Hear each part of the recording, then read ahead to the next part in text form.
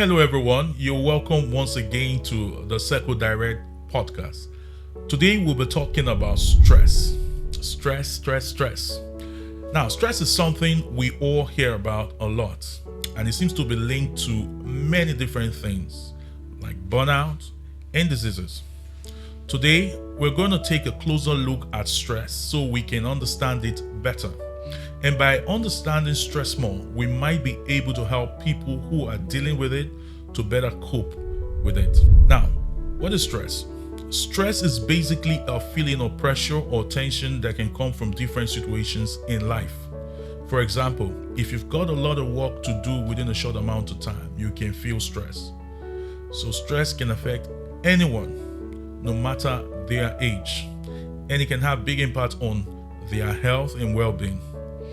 Hence, it's important to learn how to cope with stress in a healthy way so that we don't get overwhelmed by it.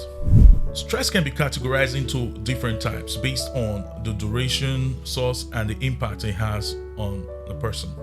So being able to recognize the different types of stress can help individuals better manage them effectively and maintain both a better physical and mental well-being.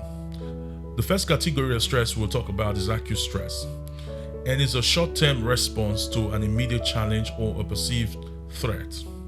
Examples of acute stress would be, say you nearly had a motor accident, or you're trying to meet a deadline at work, or you're preparing for an exam or presentation. All of these are sources of acute stress. So how does it affect the body? It can cause a temporary increase in the blood pressure and heart rate. It can also cause boosted energy levels due to the release of adrenaline. And it can be beneficial sometimes as it can improve focus and problem-solving skill. So how can we better manage acute stress? You got to practice deep breathing exercise and quick relaxation techniques. Now, the next category of stress we'll talk about is episodic acute stress. And this occurs when acute stress becomes a bit more frequent due to a pattern of living of constant chaos and worry.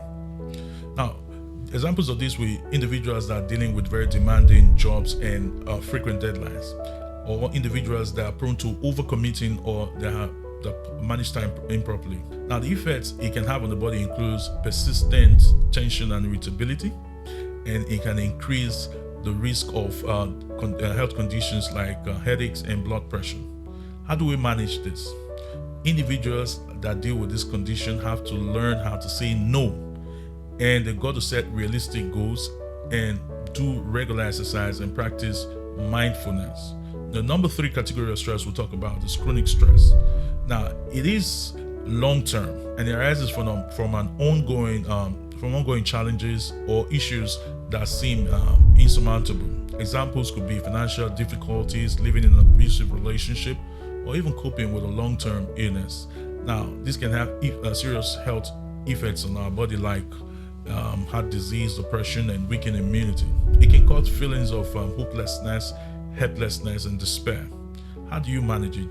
You got to seek professional help in this category. You got to speak to a therapist or a counselor, and you also break down bigger problems into manageable steps that you can deal with. The 4th type of stress we'll talk about is emotional stress.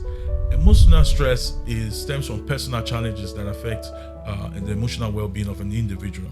Examples could be you've lost a loved one, you're going through a breakup in a relationship, or you're facing conflict both at home or at work.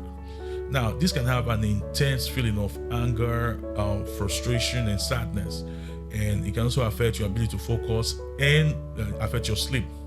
How do you manage this? You've got to seek support from friends, family, and also professional help. And you can also engage in self-care activities like meditating and writing. Those can really help. The 5th category of stress we'll talk about is environmental stress. Now, you can tell from the name that it stems from external factors in our environment.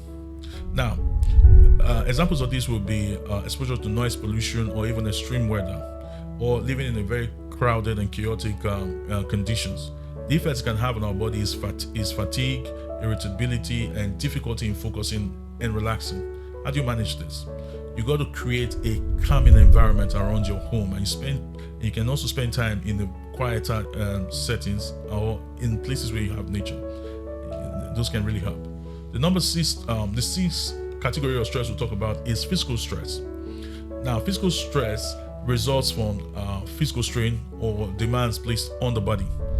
Examples could include overtraining during exercises, poor sleeping or unhealthy eating habits. And the effects that it can have on the body includes muscle tension, fatigue, and pain. It can also cause reduced physical performance and reduced immunity. Now, the management of physical stress include ensuring that you rest adequately and try to recover from the pain and all that. You got to eat well and stay hydrated. Now, the seventh category of stress we'll talk about is workplace stress, and it's got to do with the kind of stress you get from your workplace and the challenges that come with it.